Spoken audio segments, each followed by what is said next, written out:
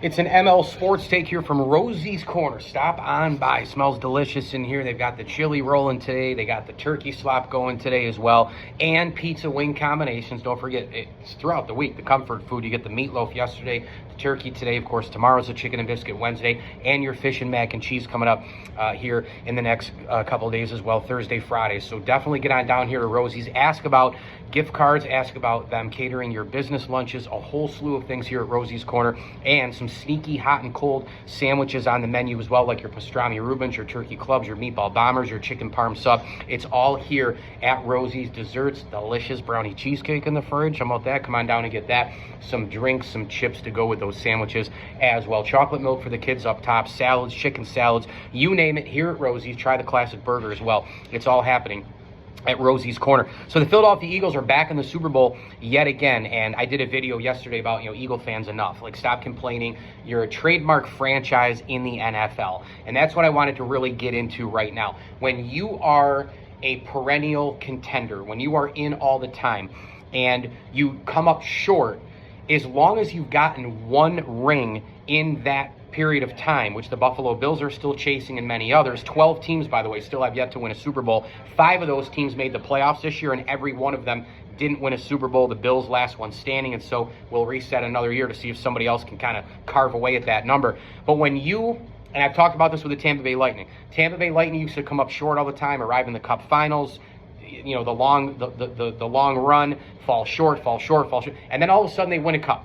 And they win another cup, and then the third cup in a row that they're in, they lose to the Colorado Avalanche, and I'm sure it was devastating for the fans and Tampa fans and all the rest, and obviously we have the local connection here with the Syracuse Crunch, but losing that Stanley Cup, you still had 2 victories in the cup before that, number one, and number two, all of those other long runs, those deep runs, those successful runs in terms of making the finals or making the semis or winning divisions and all that, I feel like if you at least have a ring or two over the course of time when you've been a sustained player in the game, a sustained contender, a sustained playoff team, a sustained division winner, a sustained team that can go into a deep run of the playoffs, whatever sport it is, I feel like those other shortcomings become even more magnified in importance and success. Take, for example, if the Buffalo Bills were to win a ring down the line.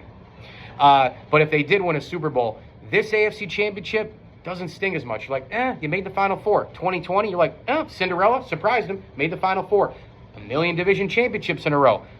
Beat a bunch of teams in the playoffs. All of a sudden, those go up a little bit as well, because at one point, while the era was going on, you got at least one championship.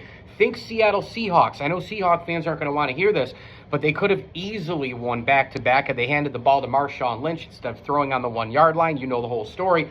But even though that happened, when you look at the course of time, the Pete Carroll era, the Legion of Boom, all that sort of stuff with those Hall of Famers, they made multiple Super Bowls and won one.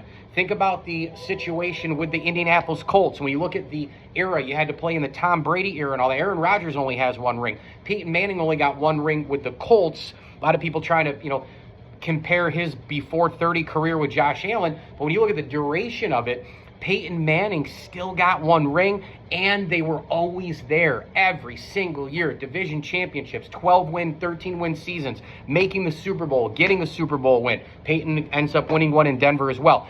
Philadelphia is currently in that world right now. The Philadelphia Eagles since 2017, I know you can sprinkle in a really bad season in there. You can, first-round playoff exit, you can sprinkle in there. But mostly, every year they're in it, contending or winning the division. They've got one of the best general managers in all of the NFL. The other one's Brett Veach with the Kansas City Chiefs.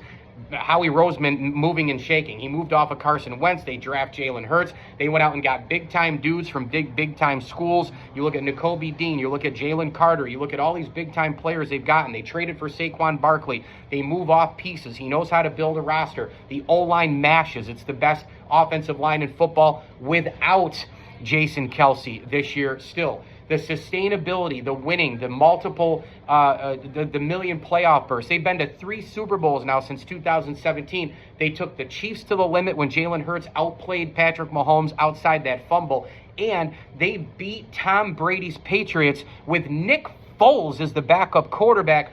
Folks, If you are an Eagles fan right now, this is a golden era, as my man Matt Michael would say, of Eagles football. I am sick and tired of hearing about Eagle fans complaining about everything. I'm sick and tired of hearing them talk about Nick Sirianni losing the locker room. I'm sick and tired of hearing about how things aren't good enough if you win 11 games and you lose in the playoffs. Cry me a river. You've been to multiple Super Bowls. This is a golden era of Eagles football. Fly, Eagles, fly. They've had home field advantage a ton of times as well. Jalen Hurts, I don't think he's elite in the Burrow, Lamar, Mahomes, Allen category, but he's certainly, that two deck. And when you need a big throw or you need a good 10, 12-minute stretch from that guy, he delivers, and he delivers on the big stage. They've got Devontae Smith, could be a number one wide receiver for over 20 franchises in the NFL. A.J. Brown, the most physical wide receiver with a ridiculous skill set. I got a podcast coming out on him in a couple of days as well. The offensive line can match. The defense is super aggressive. And they went out and spent about $9.5 million on coordinators in Vic Fangio on defense, Kellen Moore on offense.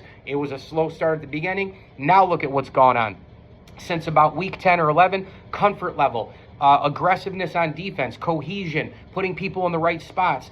The scheme is working. Things started to blend with two very smart minds at coordinator. Folks, the Eagles are a trademark franchise, from ownership to front office to quarterback and players, roster, Saquon, and the whole thing. If you're an Eagles fan, they're a trademark franchise in the NFL. Mike Lindsley with you here. It's an ML Sports Take from Rosie's Corner. Pizza, wings, turkey slop, chili, and a heck of a lot more today. Stop on by Route 11 in Brewerton. And as I always tell you, enjoy the games.